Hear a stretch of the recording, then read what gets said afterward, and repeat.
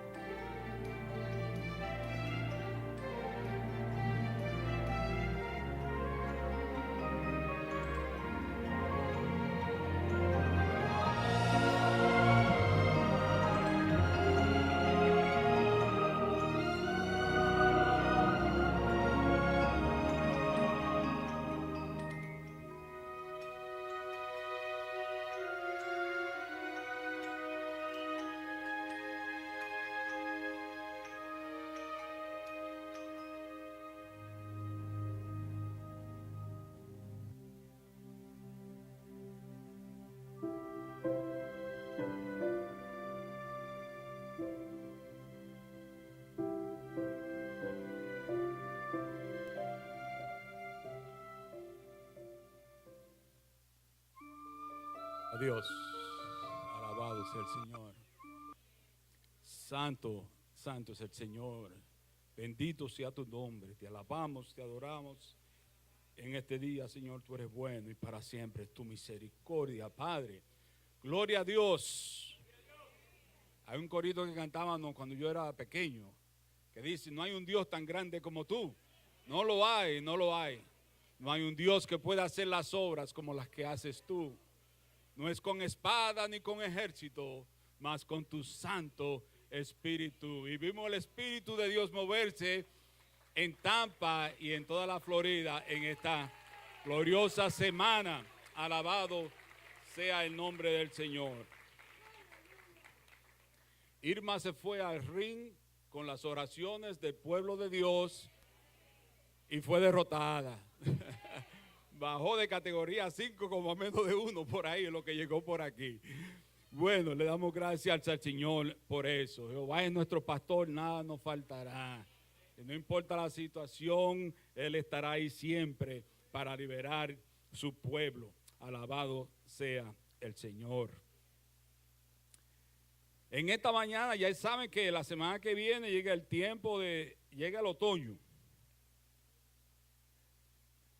Y yo me acuerdo, ahora mismo las hermanas mías en el norte de Nueva York se están preparando para limpiar los closets. Allá se limpian los closets 2 veces al año. Al principio de la primavera, sacando todas las cosas viejas del invierno, donando las que no quieren, empacando las otras y sacando la ropa del verano y de la primavera. Y cuando viene el otoño hacen lo mismo. Yo creo que es tiempo también de que el pueblo de Dios entienda de que es momento de nosotros también empezar a limpiar closets en nuestras vidas. Hay áreas en nuestras vidas todavía que son fortaleza a veces para el enemigo y nos tienen dominado, nos tienen controlado.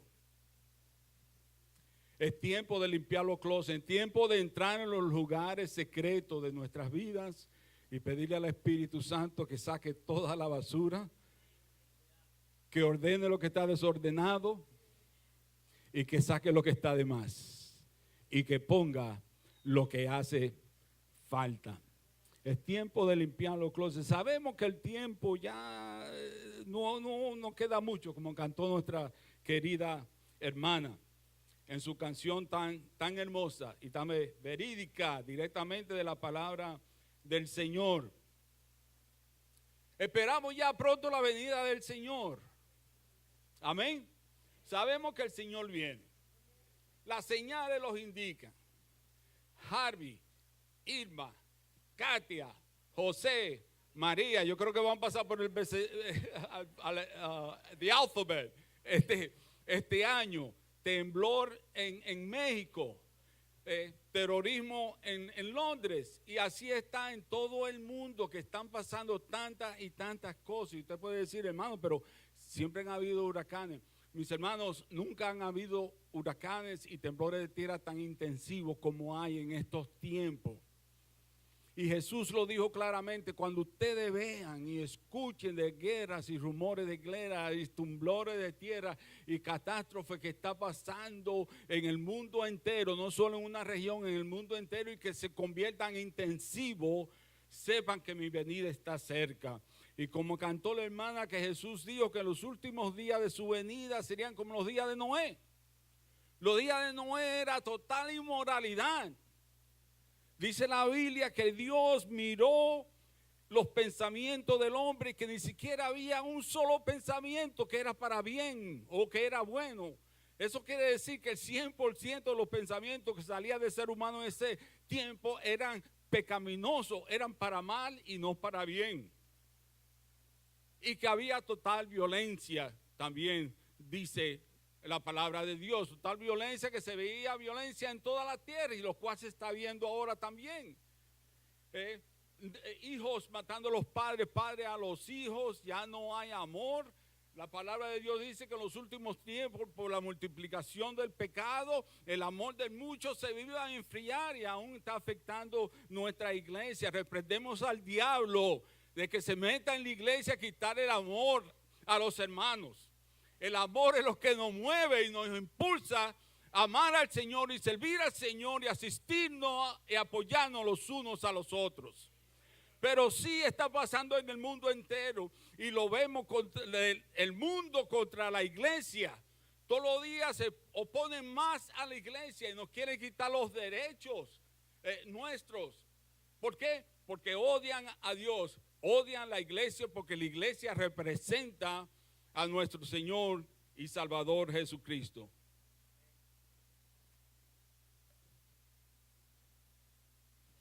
Tiempo de limpiar los closets. Déjeme decirle que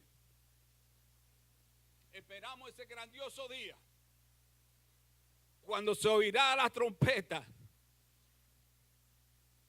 cuando oiremos el Señor que viene de camino con voz de mando, con voz de arcángel, con trompeta de Dios, se encenderá del cielo.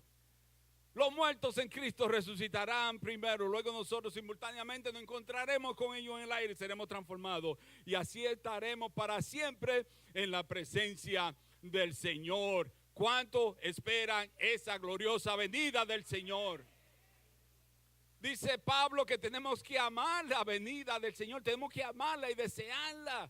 El apóstol Juan, cuando termina el Apocalipsis, dice: ven Jesús, ven. Aleluya, Maranatá. Queremos que venga el Señor y vendrá a buscar lo suyo, vendrá a su iglesia.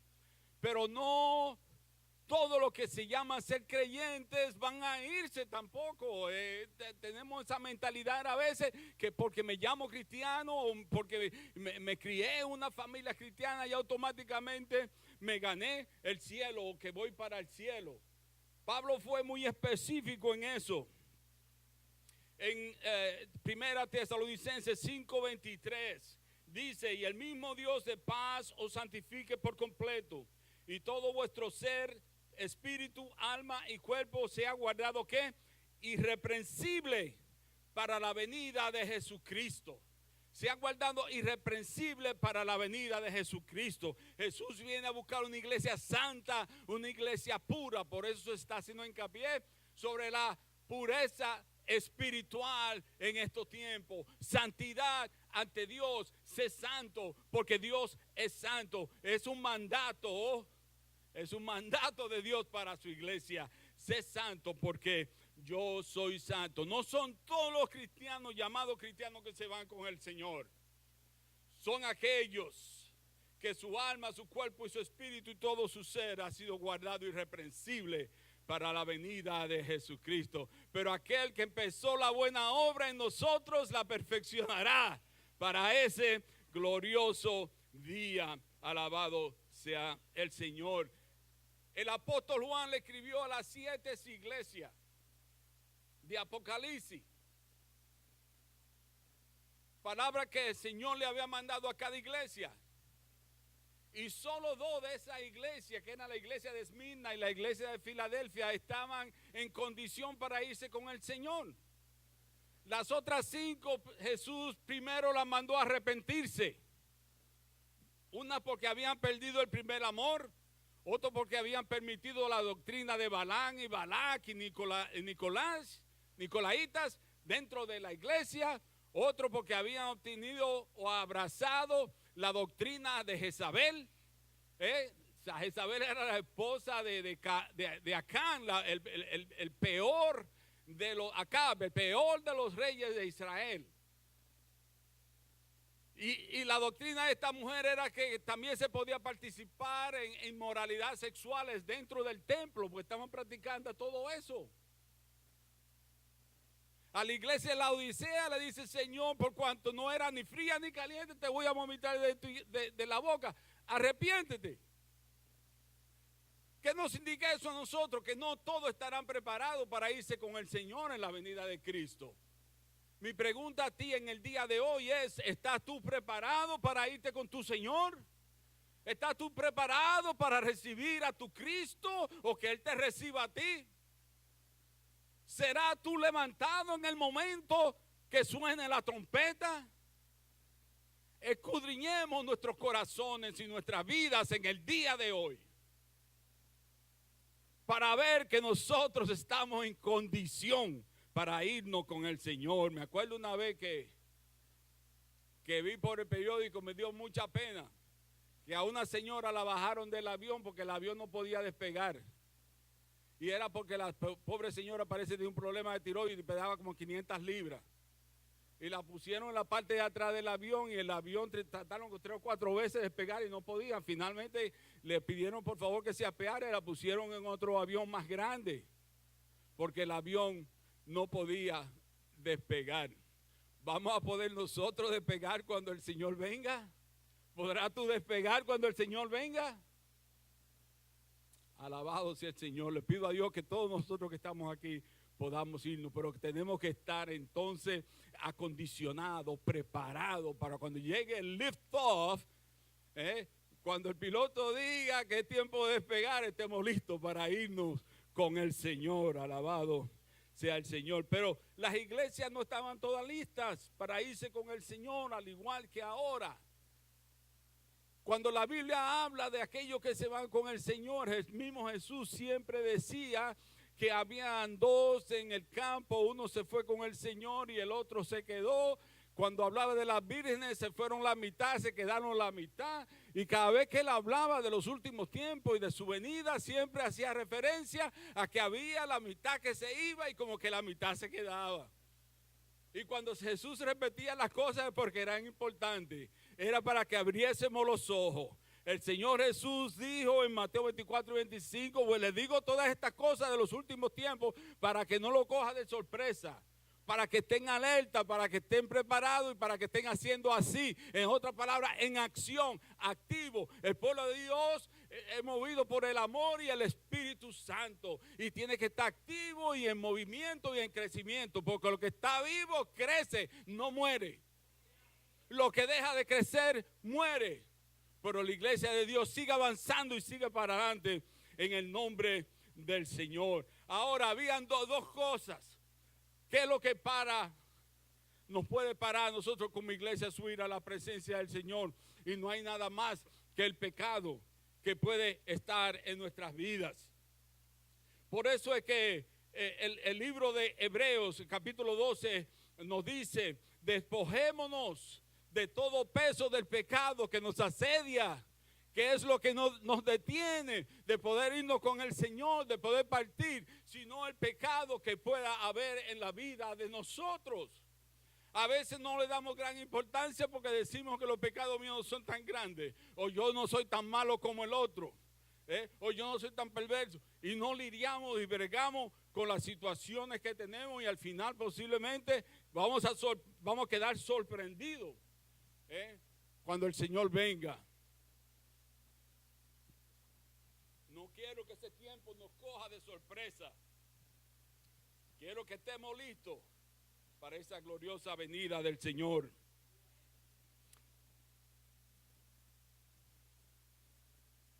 No todas las iglesias estaban listas para irse con el Señor, porque habían algunas que tenían pecado. Y hoy en día estamos en la misma situación. Hoy en día estamos viviendo vida donde lo que era bueno y santo hoy en día es malo. Lo que era puro y sagrado hoy en día es malo, y lo que era malo ahora es bueno.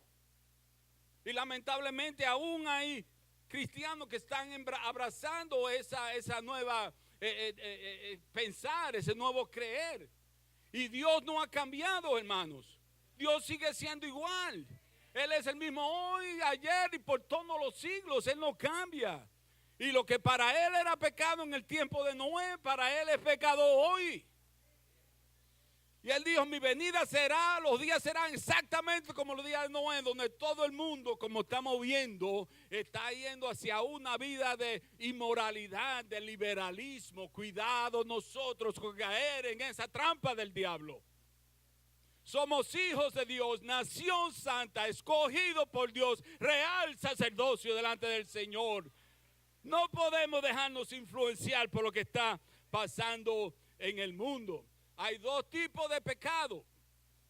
El pecado de comisión y el pecado de omisión. El pecado de comisión es lo que vemos, lo que vimos en la vida del salmista rey David, que nuestro pastor predicó hace varias semanas acerca del rey David también.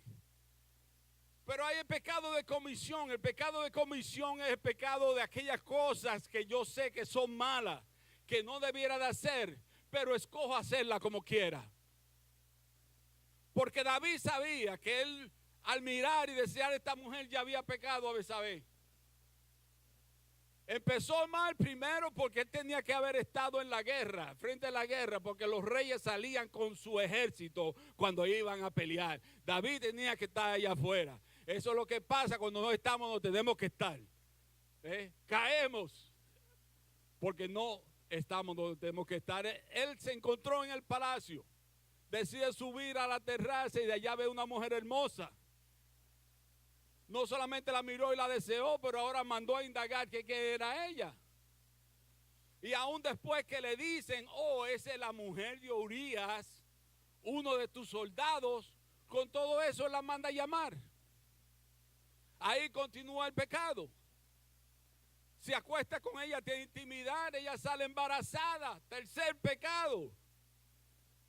Y ahora no sabe qué hacer, y para encubrir su pecado manda a decirle al general Joab que le mande a Urías, el esposo, a la casa, con la idea de mandarlo a su casa para que tenga intimidad con su mujer y hacerlo pensar de que ese muchacho era de él. Pero le salió el tiro por la culata, como decimos nosotros en la República Dominicana. El hombre era un soldado fiel. Y dijo, ¿cómo puede ser que yo me vaya a disfrutar mi casa y mi esposa y todas esas cosas cuando el ejército de Israel, donde yo tengo que estar en estos momentos, está peleando y yo estoy aquí gozando? No. Se paró enfrente de la puerta del rey y ahí se quedó. Cuando David vio que no logró el objetivo, decidió aún peor. Aquí viene el cuarto pecado. Le manda una carta a Joab diciéndole, mira, yo quiero que tú cojas a Urías y me lo ponga enfrente de la guerra, donde la guerra esté más furiosa y más violenta. Y cuando el enemigo venga a atacar, que el ejército se eche para atrás y lo deje solo. Y así mismo pasó. Cada pecado se fue agravando y cada cosa se empeoró simplemente porque quería cubrir su pecado. Pero con Dios no se puede cubrir el pecado. porque Dios lo sacará a la luz con el tiempo. A Urías lo matan. Y después viene el profeta Natán, y David todavía hasta ese momento no se había arrepentido, sabía que había hecho mal, porque nosotros sabemos, Dios nos da una conciencia a nosotros, que cuando hacemos mal, sabemos que estamos mal. Y la mayoría de nosotros pide perdón inmediatamente, porque no es sano ni es bueno continuar con el peso del pecado encima, porque nos consume, como decía el Salmo, nos come por dentro. Pero todavía no le había dado mente a lo que había hecho. Hasta que vino el profeta Natán y le dice, mira, había un hombre rico y un hombre pobre. El rico tenía cientos de miles de vacas y de corderos y ovejas. Y el vecino de lado solo tenía una sola que le había criado de chiquita y era parte de la familia. Y cuando le tocó al rico cocinar una comida para un invitado que vino, no quiso tocar las de él. Fue, mandó a alguien, le robó la única oveja que tenía el pobre vecino y la cocinó y se la dio al invitado. Y David dice, ese hombre merece el castigo, merece la muerte total, merece esto y merece lo otro. Y Natán le dice, David, ese hombre eres tú. Ese hombre eres tú, trataste de esconder tu pecado y no pudiste. Y tomando decisiones en vez de arrepentirte, tomando decisiones una tras la otra, empeorando las cosas, en vez de tirarte de rodillas y pedir perdón, hacías peor la situación. Hasta el punto que tiene que venir el profeta para decirle a él que había pecado. Tan dura en ese momento, aunque después se arrepintió de todo corazón. Pero hasta ese punto todavía no había ni captado ni entendido lo que había hecho. Él sabía que todo lo que había hecho estaba mal ante los ojos de Dios. Era pecado, pero continuó. Eso es pecado de comisión. Cuando sabemos que lo que estamos haciendo es malo, cuando sabemos que lo que estamos haciendo está partiendo el corazón de Dios, cuando sabemos que lo que estamos haciendo está entristeciendo el Espíritu Santo, y con todo eso, y a pesar de eso, continuamos haciendo lo que estamos haciendo. Que Dios tenga misericordia. Que Dios tenga misericordia de nosotros. En Colosenses capítulo 3, versículo, vayan conmigo allá un minuto, porque esto lo aplica a la iglesia.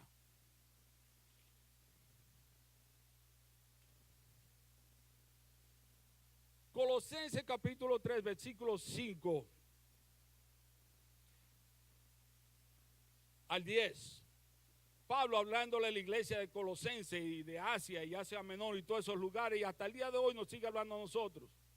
Para aquellos que conocemos al Señor, haced morir pues lo terrenal en vosotros: fornicación, impureza, pasiones desordenadas, malos deseos y avaricia, que es idolatrías, cosas por las cuales la ira de Dios viene sobre los hijos de desobediencia, en los cuales vosotros anduvisteis en otro tiempo, cuando vivías en ella. Pero ahora dejad también vosotros todas estas cosas: ira, enojo, malicia, blasfemias, palabras deshonestas de vuestras bocas. No mintáis los unos a los otros, habiendo despojado del viejo hombre con sus hechos y revestido del nuevo, el cual conforme a la imagen del que lo creó se va renovando hasta el conocimiento pleno. Pablo le está diciendo a la iglesia, en otro tiempo ustedes vivían en estas cosas. Ustedes vivían en fornicación, en adulterio, todas esas cosas, cuando no conocían al Señor.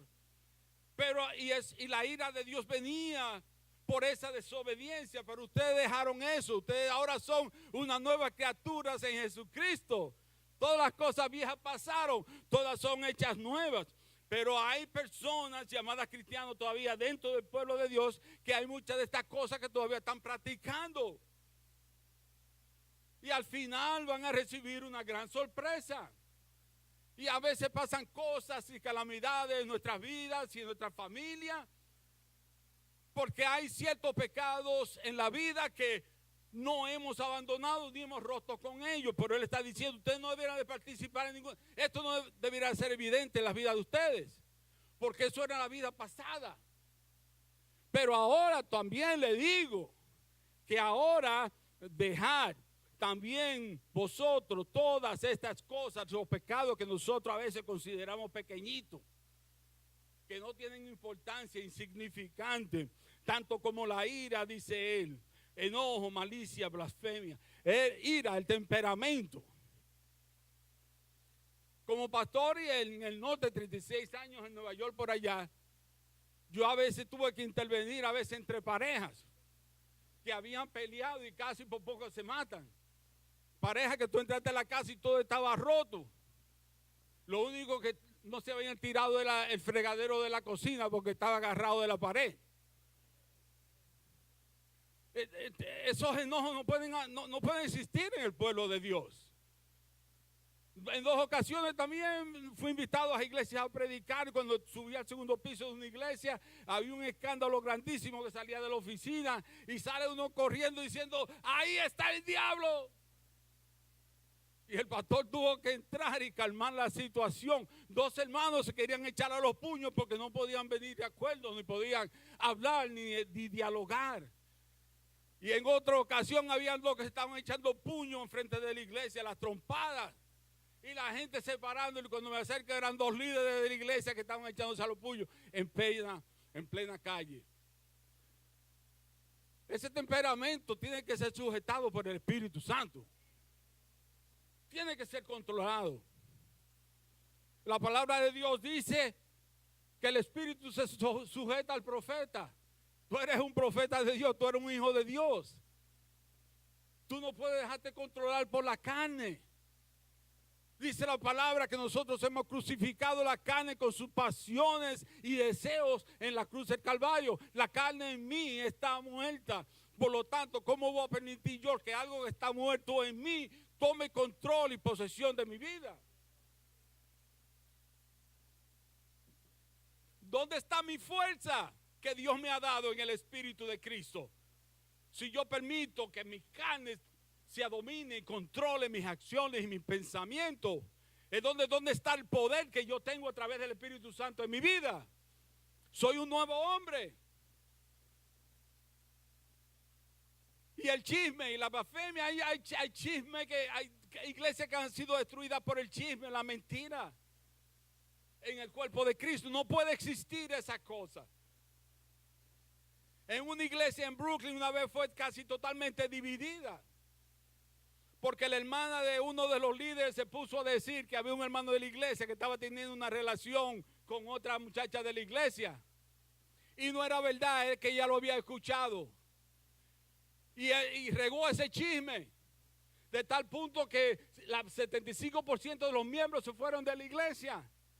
Finalmente se dieron cuenta que era mentira y vinieron del pastor a pedirle perdón. Y el pastor los coge a los 2, se lleva una almohada y se va para Manhattan, por uno del edificio alto. Le dice: vengan conmigo. Cuando sube allá arriba, rompe la almohada y suelta todas las plumas. Empieza ese aire de Manhattan a volar todas las plumas por la ciudad entera de Manhattan. Y ahora dice el pastor: ahora lo que yo quiero es que ustedes salgan corriendo a recoger cada pluma que se ha ido volando. Pero pastor, eso es imposible. ¿Cómo se puede hacer una cosa como esa? Eso es imposible. Dice él: así es el grado de daño que ustedes le han hecho a la iglesia. El chisme es destructivo, no solo para la familia, para el matrimonio, pero para la iglesia. Tengamos cuidado, hermano, y por eso que dice Pablo, también apártense de estas cosas, dejen estas cosas. Esto no es un relajo, son destructivos estas herramientas. Estas armas son armas en las manos del enemigo, y si las usamos vamos a hacer mucho daño. Y dejen la mentira y dejen todas esas cosas que para nosotros no son nada. A veces decimos mentirita blanca para salir del asunto y del momento. Pecado es pecado, el ladrón es ladrón, el que se haya robado $1 o $100,000 asaltando un banco. Está robando.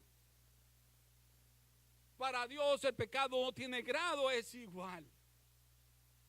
Y lo que va a impedir que yo me vaya con el Señor, y lo que va a impedir mi crecimiento, lo que va a impedir mi crecimiento espiritual, y que yo sea totalmente santificado y purificado, y que yo crezca espiritualmente, en pureza espiritual, lo que va a impedir todo eso, yo tengo que despojarme de esas cosas. Y eso es lo que dice Pablo aquí. y revestidos del nuevo hombre. Nuevas criaturas en Jesucristo ahora somos. Tenemos la vestidura de Jesucristo que es pura, es santa. Y por lo tanto yo tengo que actuar de acuerdo a cómo yo estoy vestido. Ya no tengo la vestidura del diablo y del mundo. Me he despojado de eso, ahora tengo la vestidura de Jesucristo. Por lo tanto, ahora actúo y vivo y ando como Jesús. El que me ama guarda mis mandamientos. El que tiene esperanza de verme, dice Jesús, camina como yo anduve. Camina como yo anduve. Pecado de comisión. El pecado está en aquel que sabe el bien y no lo hace, dice la palabra de Dios. El pecado está en que sabe el bien. Tú sabes lo que tienes que hacer para hacer el bien y no lo hace, es pecado. Y más cuenta nos pedirá, Señor, a nosotros aquellos que estamos conscientes de eso, que aquellos que ignoran la palabra de Dios. Pecado de comisión. Hermano, rompamos, despojémonos de todo aquello que nosotros sabemos en nuestra vida, en nuestro corazón, que no le agrada a Dios, que estamos pecando contra Dios, sea lo que sea. No conozco tu vida, no conozco tu pecado, conozco lo mío. Pues la advertencia es para todos, incluyéndome a mí. Apartémonos y rompamos con todo aquello que va a impedir mi crecimiento espiritual y que va a impedir mi partida con el Señor. Amén. El segundo pecado es pecado de omisión. El pecado de omisión es cuando yo sé que tengo que hacer algo y no lo hago. Hay ciertas cosas que el Señor me ha delegado para hacer y no las estoy haciendo. Hay ciertas obras buenas que yo tengo que hacer y no las estoy haciendo. Por ejemplo, yo veo a alguien ahogándose en un río y yo puedo cortar una rama de un árbol y echársela al río para que él se pueda salvar, o echar un salvavidas, o tirarme al agua de nadar y salvarlo. O yo puedo coger, echarme para atrás y mirarlo y esperar hasta que se ahogue. Entonces yo termino siendo criminal porque yo permití que el hombre se ahogara. Yo no lo empujé al agua, yo no estoy empujando debajo del agua para ver cuánta agua podía tomar antes que el lago se secara. Pero yo podía haberlo salvado y no lo hice. Eso es pecado de omisión. Cuando sabemos lo que tenemos que hacer y no lo hacemos. Y me agradó oír la pastora leer esta mañana acerca de Isaías. Esta revelación que tuvo el profeta Isaías cuando vio la gloria de Dios. Porque déjeme decirle que él estaba viendo toda la calamidad antes de esa experiencia divina y sobrenatural con el Señor.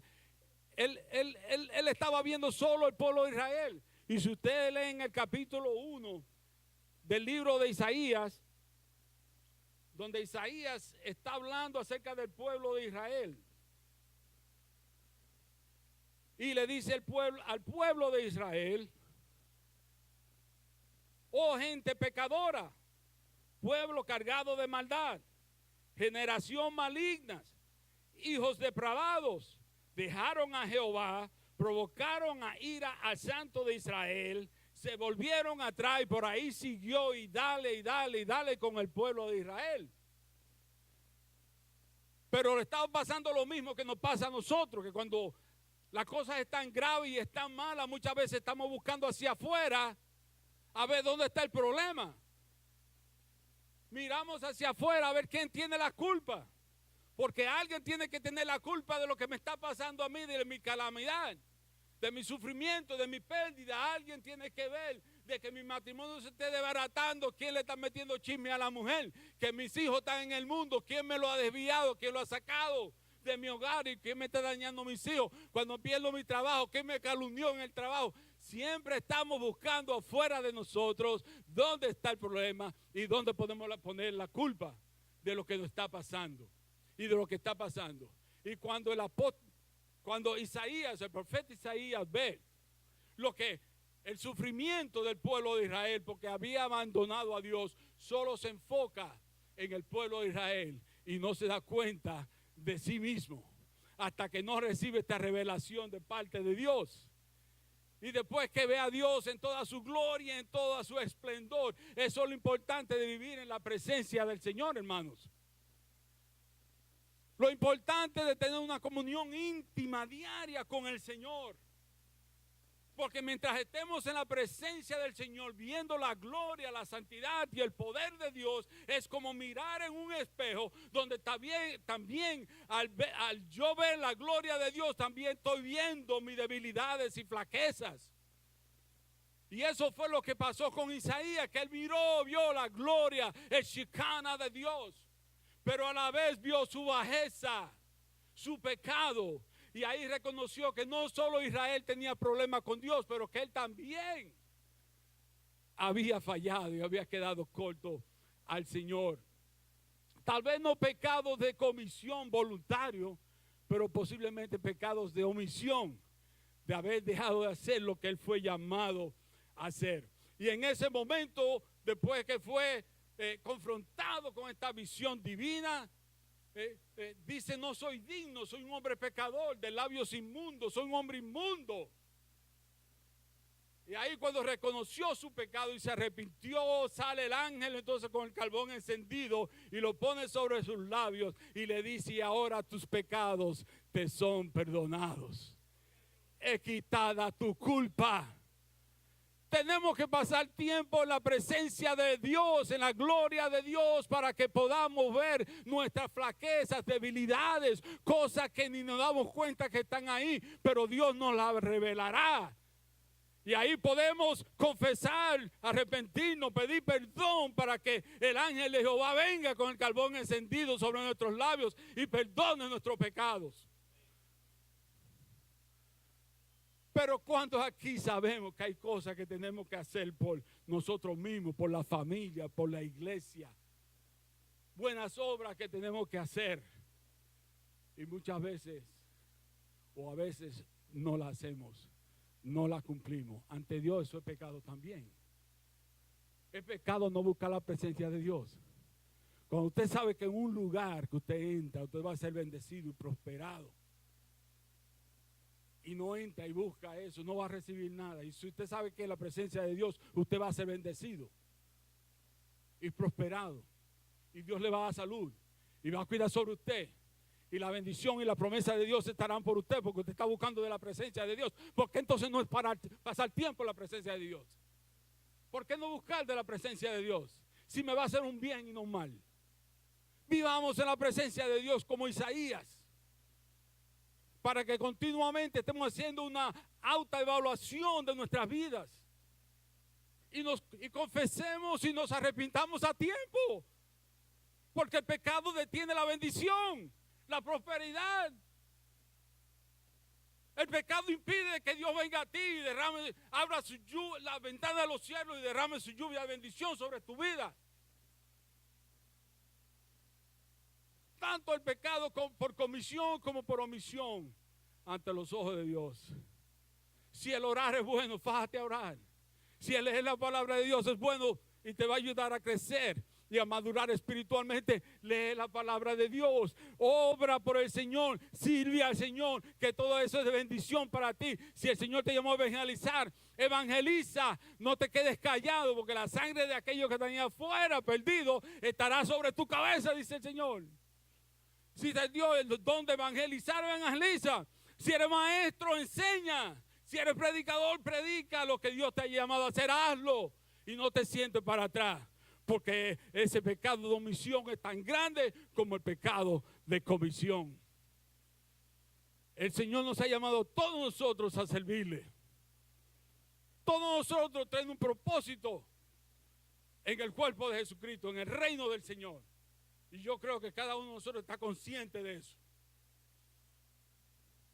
Y creo más que todo que nosotros todos queremos ser partícipes de ese glorioso evento llamado el rapto de la iglesia un día. No queremos nada en nuestra vida que vaya a impedir en nosotros encontrarnos con el Señor Jesucristo. Y yo creo que es un día bueno para reflexionar. Es un día bueno para hacer una evaluación personal. Yo soy el primero en levantar mi mano y decir, mira, han habido cosas que yo sé en mi corazón que yo le he fallado a Dios. Cosas que Dios me llamó a hacer que tal vez no he hecho. Oportunidades que Dios me ha dado que no me he aprovechado de ellas. Para bendecir, para ayudar a otros. Y por razón alguna no lo he hecho. Tal vez tú te encuentras en eso. Que no siempre ha hecho lo que Dios espera que tú hagas. Eso es un pecado como el de Isaías, que tuvo que arrepentirse. Y hay aquellos en pecado de comisión. No sé cuál es tu situación. Pero use una cosa o la otra. El Señor viene a buscar un pueblo santo, un pueblo puro. No una novia vestida con el vestido todo destrozado, lleno de manchas, lleno de sangre, porque otros los han violado. La corona de novia vuelta en pedazos, toda espelucada. Eso no es lo que Dios viene a buscar. Ninguno de nosotros como padres vamos a entregar una hija de nosotros al casamiento en una situación como esa, en una condición como esa. Pero sin embargo, a veces pensamos que Dios, que Jesús, nos va a entregar al Padre como sea. Y Jesús no viene a buscar una novia todo vuelta a nada. Él viene a buscar una novia hermosa, limpia, pura, santa. Algo que él se sienta bien delante del Padre, diciéndole, Padre, mira, por esto fue que yo di mi sangre. Por esto fue que yo morí, Señor. Y aquí te la presento. Mi novia, la esposa, Señor. ¿Cómo está tu vida con el Señor cuando Él te presente delante del Padre? Si es que está listo para irte con el Señor. Eso es algo que tiene que pensar en estos momentos. Porque este momento está aquí sentado y te he garantizado este minuto y este respiro. Pero cuando salga por esa puerta, no se te garantiza el próximo minuto, ni segundo, ni el próximo respirar.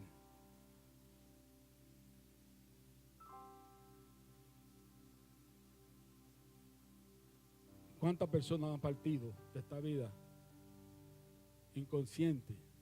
No se imaginaban que se le había llegado el momento. El tiempo de cada uno de nosotros está determinado, dice la palabra de Dios. Por lo tanto, nuestras vidas están en la mano de Dios. Pero cuando llegue ese momento y esa hora determinada, ¿cómo estarás tú para presentarte ante Dios? Pureza espiritual. Pureza espiritual. Eso es lo que busca Dios. Eso es lo que quiere ver en ti. ¿Cómo está tu corazón o tu vida delante del Señor? Vamos a ponernos de pie. Y si usted se atreve conmigo, yo, como le dije, soy el primero que admito de que yo no le he sido 100% fiel al Señor en muchas cosas, hermano. De que yo he fallado en muchas cosas. Si tú te sientes igual, tú puedes levantar tu mano. Puedes levantar tu mano, indicando, sí, yo también le he fallado al Señor. Yo también no he andado como debo de andar, como Dios espera. Y he hecho lo que se espera y demanda de mí. Yo también. Estoy contigo, pastor. Pero hoy, como Isaías se arrepintió delante del Señor. Oh, Señor, soy un hombre inmundo, le dijo Isaías. Y el Señor, en toda su misericordia y su amor, le quitó todo su pecado. Queremos salir de aquí restaurados, como Isaías. Queremos salir de aquí hombres y mujeres nuevas en el Señor. Hombres y mujeres llenas del Espíritu Santo, de la palabra de Dios. Que todo pecado de nuestra conciencia, nuestros corazones, nuestra alma, el Espíritu Santo se encargue de removerle en estos momentos. Que la sangre de Jesucristo nos limpie de todo pecado. Oh, le pido a la iglesia que ellos tienen su mano levantada, si quieren pasar adelante para que juntos como congregación oremos ante el Señor. Oremos al Señor. Si el Señor te está hablando, pasa por aquí adelante. Vamos a orar, diciéndole al Señor en esta mañana: Señor, yo así como Isaías, yo quiero serte fiel. Quiero ser restaurado, transformado. No he sido y he hecho todo lo que tú has esperado de mí, pero me arrepiento de mi pecado, Señor, y hoy me entrego una vez de nuevo a ti. Pido que la sangre de Jesucristo me limpie de todo pecado. Gracias, Jesús, por tu muerte. Cúbreme con tu sangre. Lléname de tu Espíritu Santo y ayúdame a salir de aquí un nuevo hombre, una nueva mujer, un varón de Dios, una mujer de Dios, totalmente restaurado y transformado para gloria y honra de Dios. Gracias, Señor. Hoy me dedico mi vida a ti. Te entrego todo, Señor, para que tú seas el todo y tú llenes el todo en mí. En el nombre de Jesús. En el nombre de Jesús. Yo quiero hacer una oración por aquellos aquí todavía que no conocen al Señor. Yo no sé cuántas personas aquí que todavía no conocen al Señor, pero voy a hacer una oración guiando al pueblo de Dios a que juntos hagan esta oración conmigo, para que si tú quieres recibir a Cristo hoy como el Señor y el Salvador de tu vida, hoy se convierta en el mejor día de tu vida. Hoy sea el día en que tú entregas tu corazón a Jesús. Hoy va a ser el día del perdón de tus pecados y la salvación de tu alma. Órale, Señor, dile: Señor Jesús, gracias, Jesús, que moriste por mí en la cruz de Calvario y allí derramaste tu sangre para el perdón de mis pecados. En mi corazón yo creo que Dios levantó a Jesucristo de entre los muertos, y con mi boca yo confieso que Jesucristo es mi Señor, es mi Salvador. Gracias, Jesús, por mi salvación, en el nombre de Jesús. Si tú hiciste esa oración por primera vez, quiero que sepas que hoy es el primer día de una vida nueva, una vida victoriosa, una vida de prosperidad y bendición con el Señor. Hoy eres declarado hijo de Dios, porque dice la palabra que en el momento que creemos en el Evangelio de Jesucristo, que somos sellados con el Espíritu Santo. Eso quiere decir que el Espíritu de Dios vino a morar en ti, a sellarte ahora. Tú eres pertenencia de Jesucristo. Eres hijo o hija de Dios. No le perteneces al diablo ni al mundo. Eres hijo o hija de Dios. Padre, mi alma te alaba por este pueblo. Este pueblo que tanto necesitamos de ti. Necesitamos de tu presencia. Señor, te admitimos que sin ti no podemos vivir ni existir. Tú eres el todo en nosotros y tú haces todo para nosotros. Señor, nos sentimos seguros y confiados en tus manos. Gracias, Señor. Gracias por ello. Bendícele, Señor, que el ángel de Jehová acampe alrededor de cada uno de ellos, de su familia. Que tú protejas, así como protegiste a Job, a su familia y todo lo que tú le habías dado a Job. Yo te pido que al igual, cada hermano y cada hermana mía aquí, Señor, en este día, tú pongas tu ángel una cerca alrededor de su vida, de su familia y todo lo que tú le has dado y todo lo que tú le darás. En el nombre poderoso de Jesucristo te damos las gracias. Y el pueblo dice: amén. Amén.